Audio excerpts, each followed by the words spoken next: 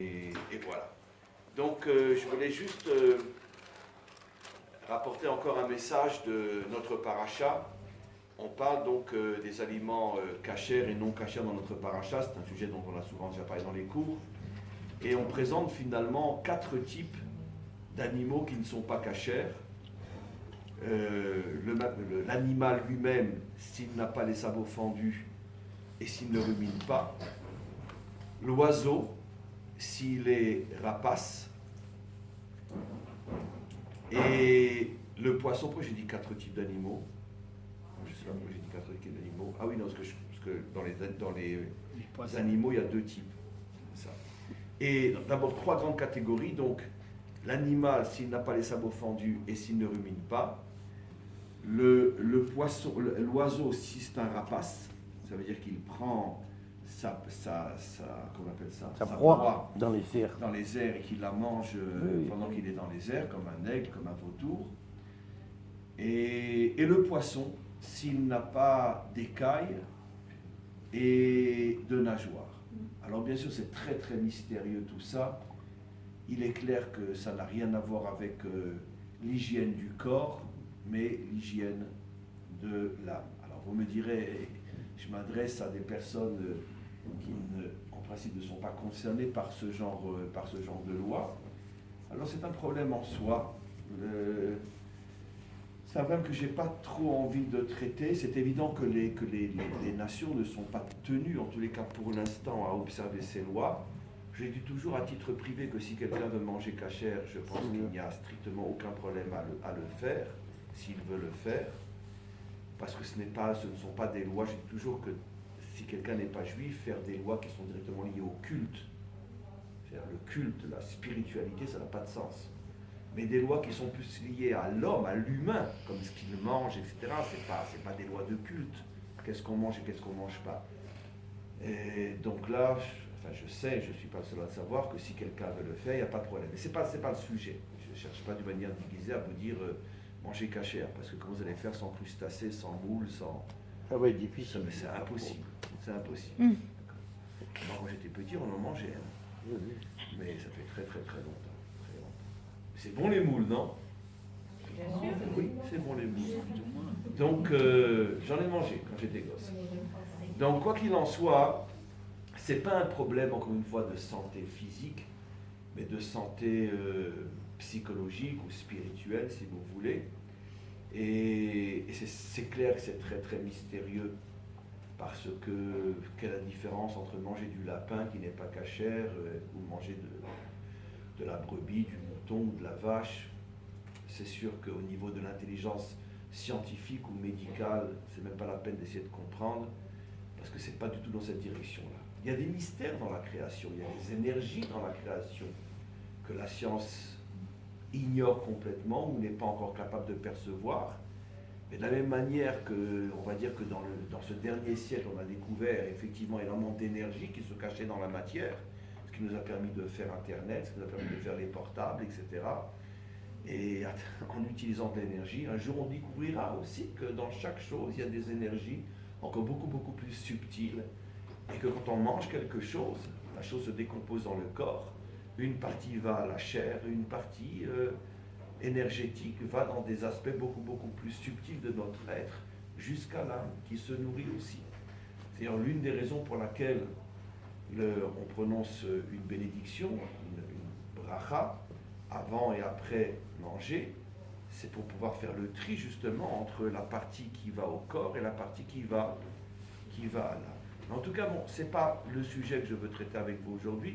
Je voudrais revenir sur ces différentes catégories et voir bien sûr le nimsha, c'est-à-dire en quoi ça nous concerne nous en tant qu'être humain, puisqu'il est clair que même si effectivement la loi est la loi et que tel aliment est interdit, mais au-delà de ça, il y a un message. Comme je dis toujours, la place des nations dans la Torah pour l'instant.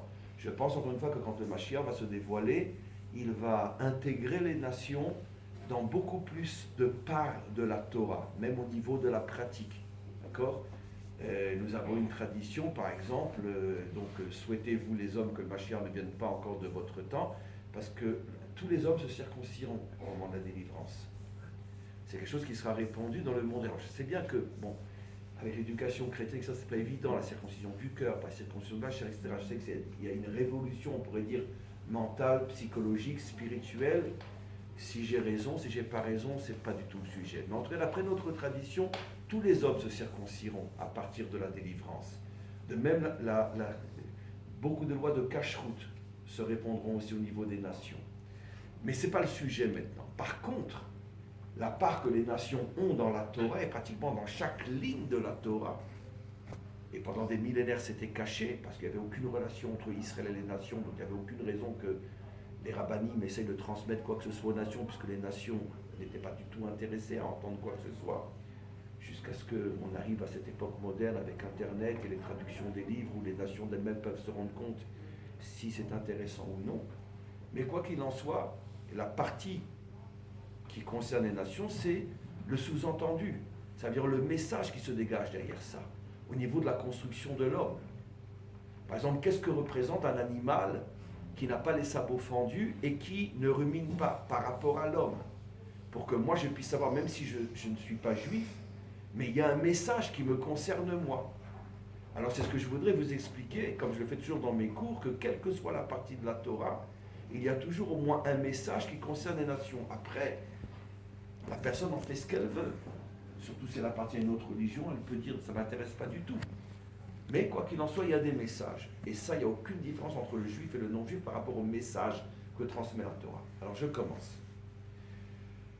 Le problème qui est posé dans notre paracha, c'est que lorsque la Torah donne des exemples, on va parler maintenant des animaux qui ne sont pas cachers, ça je l'ai dit dans de nombreux cours, au lieu de nous présenter aussi un animal qui n'est pas du tout cachère, ni ne rumine, ni n'a les sabots fendus, comme le cheval par exemple, ou l'âne, la Torah va toujours donner des exemples d'animaux qui ont au moins un signe de pureté, mais qui sont impurs ou qui ne sont pas cachers parce qu'il manque l'autre signe. Par exemple, la Torah va donner les deux animaux très connus, le porc, le chazir en hébreu, qui lui a les sabots fendus, donc par rapport à ses sabots, il est cachère, mais qui ne rumine pas. Donc la Torah dit, il n'est pas cachère, parce qu'il faut deux signes. De même, elle présente un autre animal, le chameau. Le chameau, lui, rumine, mais il n'a pas les sabots fendus. C'est l'opposé, donc, deux animaux qui ont chacun un signe, mais opposés. Bien sûr, nos maîtres se posent la question, mais pourquoi aller chercher... Bon, très bien, c'est intéressant, et pourquoi aussi ne pas parler des animaux qui n'ont aucun signe? Alors, bien sûr, la réponse, et là, maintenant, ça nous concerne tous, c'est parce que, je l'ai déjà expliqué, mais c'est bon de le réentendre, parce que la Torah veut nous faire comprendre au niveau du message que finalement, l'impureté la plus dangereuse, c'est celle qui est capable de montrer un signe de pureté. C'est un message qu'à nos âges, tout le monde comprend. C'est ce que disent nos maîtres, qu'un vrai mensonge a toujours en lui une partie de vérité. Et plus sa partie de vérité est grande, et plus le mensonge va durer longtemps. Pourquoi? Parce que finalement, sa partie de vrai lui sert de vitrine pour cacher le mensonge. Il présente uniquement son bon côté et cache tout ce qu'il y a de mal derrière le bon côté. Et donc vous remarquerez que dans les signes de la nourriture, dans le signe de l'animal, il y a un signe extérieur, les sabots fendus, qui est la partie du corps la plus extérieure, le pied, le sabot, et une partie intérieure. Il rumine ou il ne rumine pas. Ça c'est caché, non? Donc un signe extérieur et un signe intérieur. Et quel est le message que la Torah veut nous faire comprendre, au-delà du problème de ce qui est mangeable ou non? C'est qu'il y a parfois une impureté qui se construit sur le signe extérieur, qui lui est parfait. Le porc montre ses sabots, disent nos maîtres dans leur langage métaphorique, et ils disent, regardez, hein, je suis cachère, mais surtout m'ouvrez pas la bouche, mais je suis cachère. D'accord.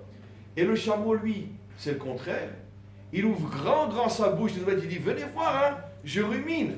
Mais ses sabots, il les cache derrière son dos. Alors, qu'est-ce que ça représente, ça, au niveau du message? Ben, c'est deux types d'êtres humains, à titre individuel, deux types de peuples, de civilisations au niveau collectif, qui chacune, finalement, se construisent sur un signe pur et cachent ce qui ne l'est pas. Alors, le porc représente celui qui, par rapport au monde extérieur, essaye de soigner sa vitrine de la manière la plus propre possible, et qu'effectivement, quand il est à l'extérieur, il se présente d'une manière waouh, d'accord. Mais une fois qu'il rentre chez lui et qu'il ferme la porte, mieux vaut ne pas l'accompagner, parce qu'il redevient un cochon. D'ailleurs, quand on dit qu'il conduit comme un porc, normalement, l'origine de cette phrase, c'est pas l'extérieur, mais c'est à l'intérieur. Alors ça fait allusion à quoi ça? À titre individuel, ça fait allusion à tous ceux qui essayent véritablement de soigner leur image par rapport aux autres, lorsqu'ils sont au travail, lorsqu'ils sont dans la rue, lorsqu'ils sont en compagnie de gens. Ils sont gentils, ils ont du savoir-vivre, ils sont vraiment bien. Mais quand ils se retrouvent seuls ou avec les gens qui sont leur solitude, c'est-à-dire leurs femmes, leurs enfants ou leurs amis très très proches, on peut ne pas deviner. Moi-même, en tant que Rav, donc, vous imaginez à quel point, je veux dire, je suis des fois abordé par des problèmes que les gens me demandent, etc. Mais il m'a fallu des années pour arriver à intégrer complètement le fait que je connaissais des gens, par exemple, que je côtoyais depuis des années. Mais des gens extraordinaires. Des fois, ma femme et moi, on se disait, waouh, maman, quel exemple ces gens-là. Et puis, parce que je les voyais toujours à l'extérieur. Quand je donnais un cours, quand je faisais un séminaire, quand on faisait un voyage, mais des gens, les premiers à être là, etc. Jusqu'au jour où j'ai un coup de fil de l'épouse ou du mari. Rav, je voudrais vous parler. Qu'est-ce qu'il y a, madame? J'ai besoin de vous parler. Et puis alors là, tout est déballé. Des fois, je suis sonné. C'est pas possible. Quand votre mari, c'est ça. Mais Rav, qu'est-ce que vous croyez? C'est une vitrine uniquement. Vous imaginez pas comment il est avec moi? Ça peut être le contraire, bien sûr. Enfin, dans notre génération, c'est surtout du côté des hommes, malheureusement. Mais ça peut être le contraire aussi. On ne peut pas imaginer. Donc, il y a des gens qui savent extrêmement bien soigner leur image extérieure, d'accord, mais ne demandent jamais à leur femme ou à leur mari comment ils sont à la maison ou dans leur chambre. Ne demandent pas. Parce qu'on ne pourrait pas imaginer que c'est la même personne. Ça, c'est le premier signe d'impureté. Pourquoi? Parce que même si tu es quelqu'un d'extraordinaire à l'extérieur, et tu es vraiment quelqu'un de bien, mais à l'intérieur, quand tu te sens libéré des regards, tu te laisses aller, tu deviens un cochon. À ce moment-là, tu es un animal impur à tous les niveaux. Et tu es un animal impur. Même si tu es sur tes deux jambes, tu es un animal impur. Ça, c'est la première catégorie. Au niveau individuel. Au niveau des civilisations, il n'y a rien de péjoratif dans ce que je veux dire, parce que ça concerne tout le monde, d'une certaine manière, même Israël, qui d'une certaine manière veut vivre à l'occidental, je parle d'Israël en grand, sur le plan politique, etc., c'est le monde occidental. Liberté, égalité, fraternité, tous les grands principes, c'est la démocratie, le libéralisme. C'est vrai que quand tu regardes le monde occidental de l'extérieur, il n'y a rien à dire, c'est fabuleux. C'est fabuleux. Mais d'un autre côté, quand tu fouilles à l'intérieur et que tu rentres vraiment à l'intérieur, tu t'aperçois que finalement, les dirigeants sont corrompus, ils s'en mettent plein les poches et machin. Et c'est horrible. C'est horrible. C'est horrible. On n'a pratiquement dans aucun pays un dirigeant qu'on peut sortir du lot et dire voilà, ça c'est vraiment un exemple de pureté, de morale. J'imagine qu'il y a dû en avoir. D'accord, chez nous, il y a eu Begin. Begin était un homme extraordinaire sur le plan moral, sur le plan, etc. Mais la plupart, on ne vaut mieux pas trop fouiller sur le plan individuel. Mais c'est pareil en Occident, c'est pareil partout. Pareil partout. Qu'est-ce qu'on ne sait pas sur Clinton aujourd'hui? C'est un pédophile, un ci, un ça. Si vous savez, je ne sais pas si vous savez, etc. Et encore, on nous cache la moitié, parce que c'est que plus on entend, plus... J'ai raison, pas Gilles? Oui. Hein, Clinton, et pourtant quand tu le vois, Clinton, waouh, il a quand même, c'est lui qui a fait la paix entre qui et qui, je crois, entre Rabin et... Je ne savais pas. Clinton, c'est un monstre sur le plan sexuel, un monstre. Et mais vraiment un débile mental. Et c'est pas c'est pas colporté, c'est connu, il y a des dossiers, il y a ci, il y a ça. Il est même arrivé à faire exécuter tous ceux qui allaient sortir les dossiers. Et donc, voilà, je veux dire, vous savez tous que Chirac avait aussi une vie sexuelle très, très problématique. Mitterrand l'a découvert qu'il avait des enfants à droite et à gauche. Mais je critique pas parce que c'est malheureusement la normalité. C'est malheureusement le monde d'aujourd'hui. Le monde occidental se cache derrière des grandes valeurs qui sont vraies, qui sont justes, qui sont admirables. Les sabots fendus du porc sont vraiment de vrais sabots fendus. Ils ne sont pas moins fondus que ceux de la vache. La vitrine est belle. Mais ne rentre pas dans le magasin. Tu risques d'être étouffé. Ça, c'est ce que la Torah nous demande. Ne sois pas un porc. Ne te contente pas de présenter une belle vitrine. Maintenant, on a le contraire, on a le chameau. Le chameau, lui, son intériorité est parfaite. Ça veut dire que c'est un homme spirituel, un homme qui croit en Dieu, un homme moral, ça veut dire qu'il a des valeurs, etc. Mais lui, son problème, il est à l'inverse. Dans le monde matériel, les sabots sont fermés. C'est-à-dire que dans le monde matériel, il vit comme tout le monde, selon les règles du monde. Donnons un exemple très simple. Ça peut être quelqu'un, un vrai croyant, juif, chrétien, peu importe, d'accord? Mais c'est aussi un homme d'affaires. Et si tu veux réussir dans les affaires, il y a des règles. Quelle est la première règle dans les affaires? Gagner de l'argent. Il faut être un loup. Parce que si tu es un mouton, alors soit un moine ou un rabbin, mais pas un homme d'affaires. Très bien. Et donc, il rentre dans le monde des affaires, il se comporte comme tout le monde. Et si tu lui dis, maintenant, je ne comprends pas, mais tu es pourtant un croyant, tu crois en Dieu. Tu devrais savoir que c'est lui qui nourrit les hommes. Pourquoi tu te comportes comme ça? Bah écoute, c'est le monde, je me comporte comme tout le monde. Je suis ni pire, ni... Mais je ne vais pas être le saint à Wall Street, ça n'existe pas. Il y a des saints à Wall Street. Non, mais il y a beaucoup de juifs croyants. Il y a beaucoup d'évangéliques. Il y a beaucoup de catholiques. Il y a aussi énormément d'athées. Mais il y a beaucoup de gens religieux à Wall Street. Mais Wall Street, on sait très bien que c'est l'enfer au niveau des actions. Donc pourquoi? Parce que ces gens-là, eux, se sont mis en tête qu'on doit séparer l'Église de l'État. Finalement, c'est ça la séparation de l'Église de l'État. Ça veut dire que moi, je suis un homme bien quand je suis à la synagogue ou quand je suis à l'Église. Mais quand je suis dans mon bureau, c'est la jungle, je me comporte comme tout le monde. Ça, c'est le symbole du chameau. Bien à l'intérieur, pourri à l'extérieur. À titre individuel, ça nous concerne tous. Bon, il y en a qui sont plus des porcs, il y en a qui sont plus des chameaux. Chacun finalement, il a son défaut. Il y en a aussi qui sont des chevaux. Alors eux, ils sont ni un chameau, ni un... Mais la Torah, elle n'en parle pas du cheval. Pourquoi? Parce que la Torah parle de ceux qui sont dangereux. Ceux qui peuvent nous attirer. Si quelqu'un c'est une crapule dans sa maison, une crapule dehors. Bon, mais quelqu'un qui est roi à l'extérieur, ou quelqu'un qui est roi à la synagogue, tu le vois prier comme ça. Tu ne peux pas imaginer que dans les affaires, c'est une crapule. Allez. Donc celui-là est dangereux. Parce que si tu le vois que dans un côté, tu ne peux pas imaginer comment qu'il est de l'autre côté. C'est cela que la Torah met dans l'évidence. Maintenant, dans la vie de tous les jours, c'est ce qui nous arrive à tous, encore une fois. Comprenez? Il y a des gens qui sont très très bien avec leurs femmes, leurs enfants, etc. C'est-à-dire ce qui est eux, ce qui est le prolongement de leur ego, ils sont vraiment très bien. Mais avec le monde en général, ils peuvent être très très méchants. Il y en a, c'est exactement le contraire. Avec le monde, parce qu'ils sont du côté vitrine, ils sont très très bien. Mais avec leurs femmes, va te faire foutre. Oui, monsieur. Oh, excusez-moi, monsieur. Mais ils rentrent chez eux, un mot de travers de sa femme va te faire foutre. Et... Tu comprends pas? Un monsieur que tu connais pas, tu dis oui, monsieur, comment ça va? Et ta femme, qui te donne sa vie pour toi, va te faire foutre.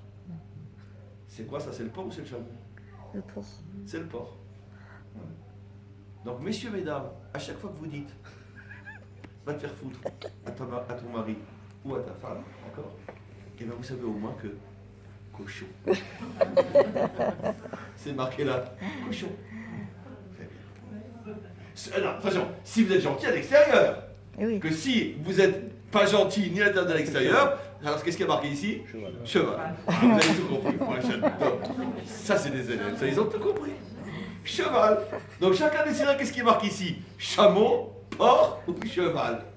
Voilà. Mais c'est formidable ces messages-là, parce qu'on peut se tester finalement tout au long de notre vie. Des fois, on est un peu plus cheval, des fois, on est un peu plus porc, des fois, on est un peu plus chameau.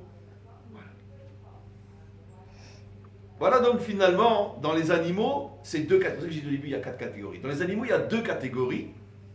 Catégorie porc, catégorie chameau. Dans les hommes, vitrine ou religion. C'est-à-dire que je ne suis bien que dans la religion, mais pas dans ce monde. Ou je ne suis bien que dans ce monde, mais pas à l'intérieur. Maintenant, après, il y a le rapace. Et après, il y a le poisson.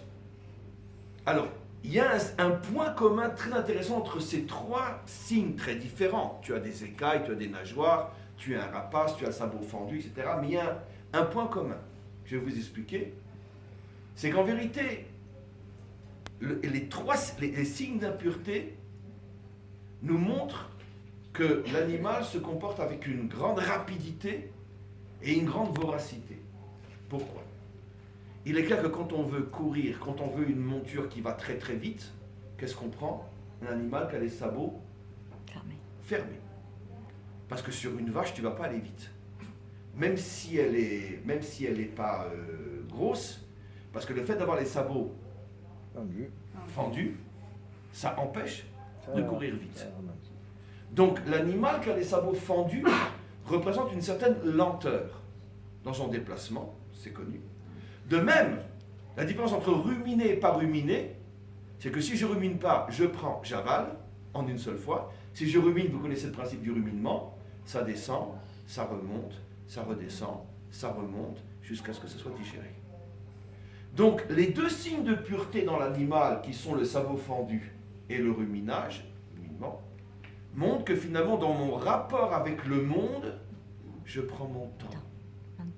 Je ne suis pas un coureur et je ne suis pas un dévoreur. Pareil pour le rapace, ça c'est encore plus simple. Un animal cachère, un oiseau cachère, d'accord ? Il descend, il pose ses pieds sur terre, il cherche son petit insecte, son petit ver de terre, il le prend, il le mange. D'accord ? Comme nous, on s'assoit à une table et on mange dans une assiette. Il est comme nous. Qu'est-ce que c'est le rapace ? Il est jamais à table. Non. Il va très très vite le rapace et il mange sans s'arrêter. Au niveau du poisson, c'est pareil. Quels sont les poissons qui vont les plus vite ? Ceux qui n'ont pas de nageoire et pas d'écailles. Poisson bleu. Notamment le requin. Il y a des requins qui font du 300 km/h.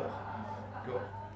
Et les poissons serpents, ils vont très très vite.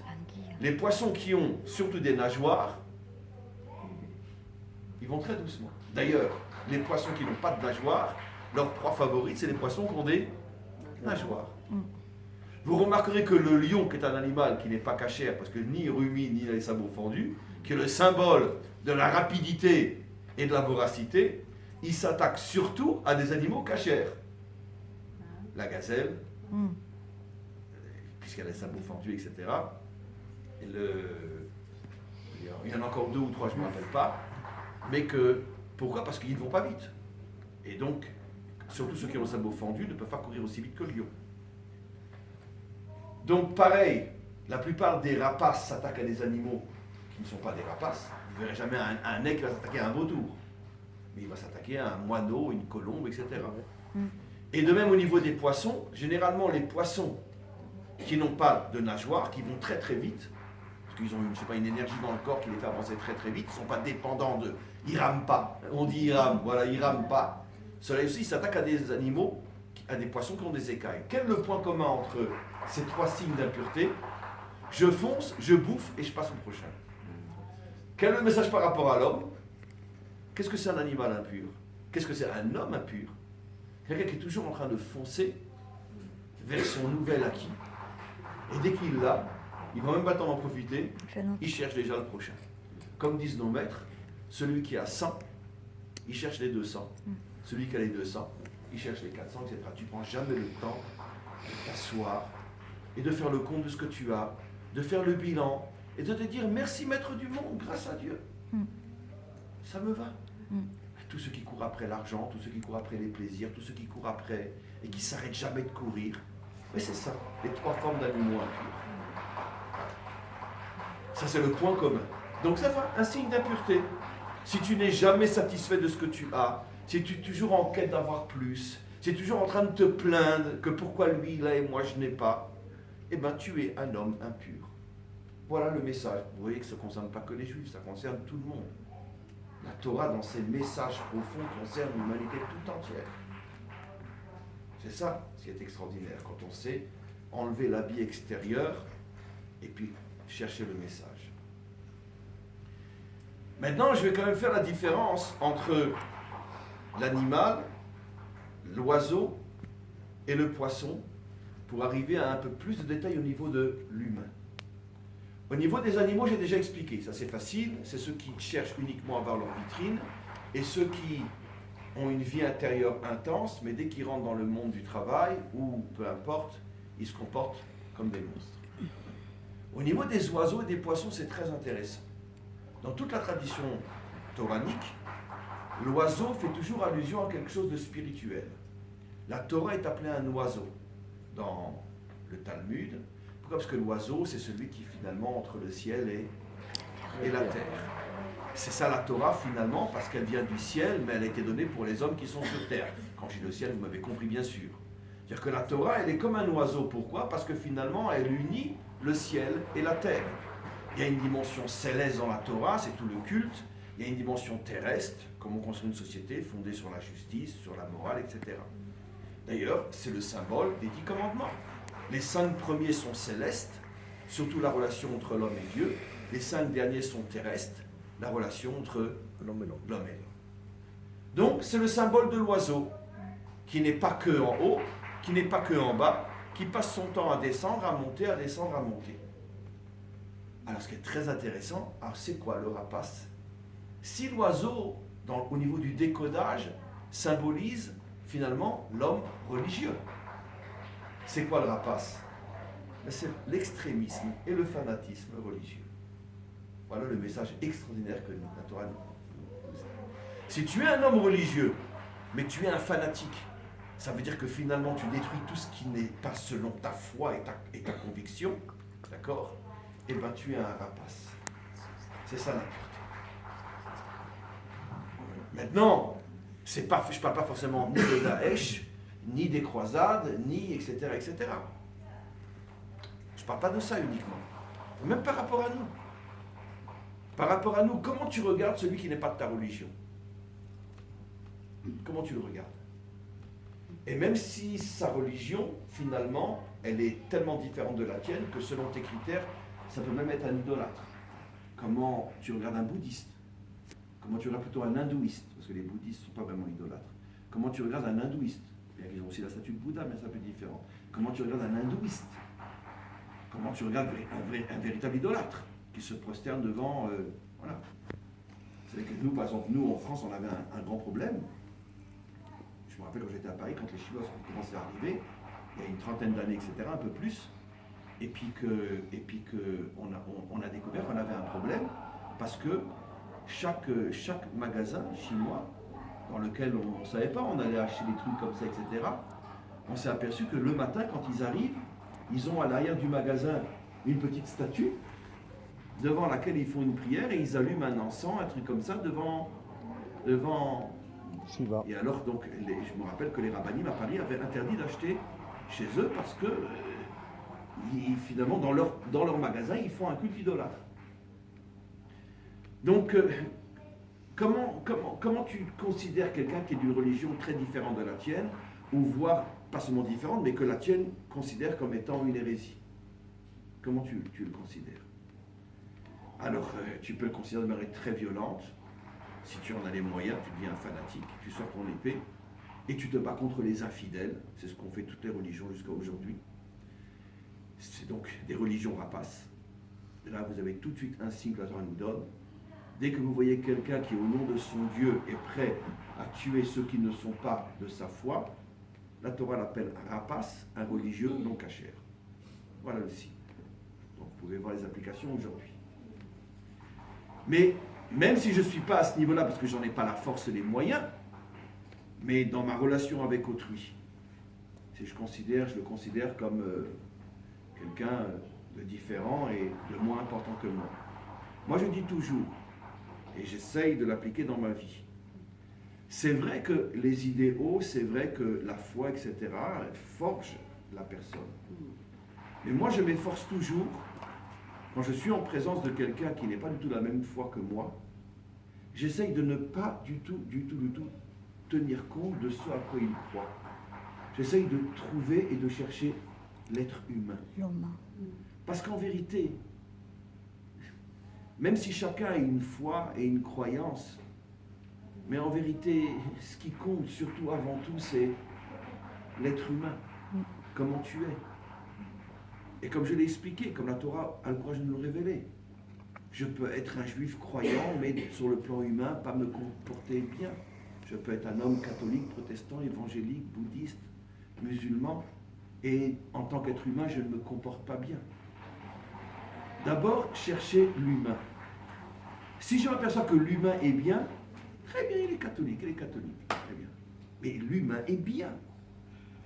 Il est hindouiste, très bien, il se posterne devant des statues. Mais l'humain est bien, c'est un homme bien. C'est ce qui peut nous empêcher d'être un rapace.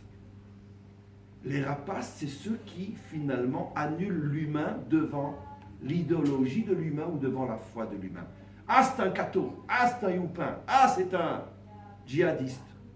Non. Regarde l'humain. Alors, c'est vrai que j'ai dit djihadiste, c'est très difficile de faire la différence entre l'humain et le djihadiste, parce que par définition, le djihadiste a clairement montré que c'est un rapace.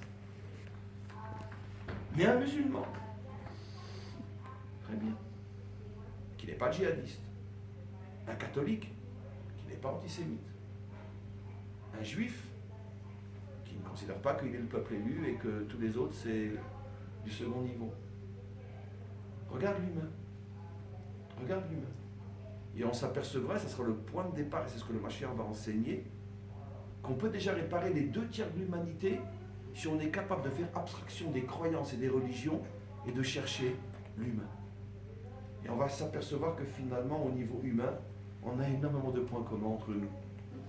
Et que finalement, tout ce qui nous a séparés et tout ce qui a amené tous les malheurs du monde, c'est parce que finalement, on a sacrifié l'humain sur l'autel de la croyance. L'autel avec un A.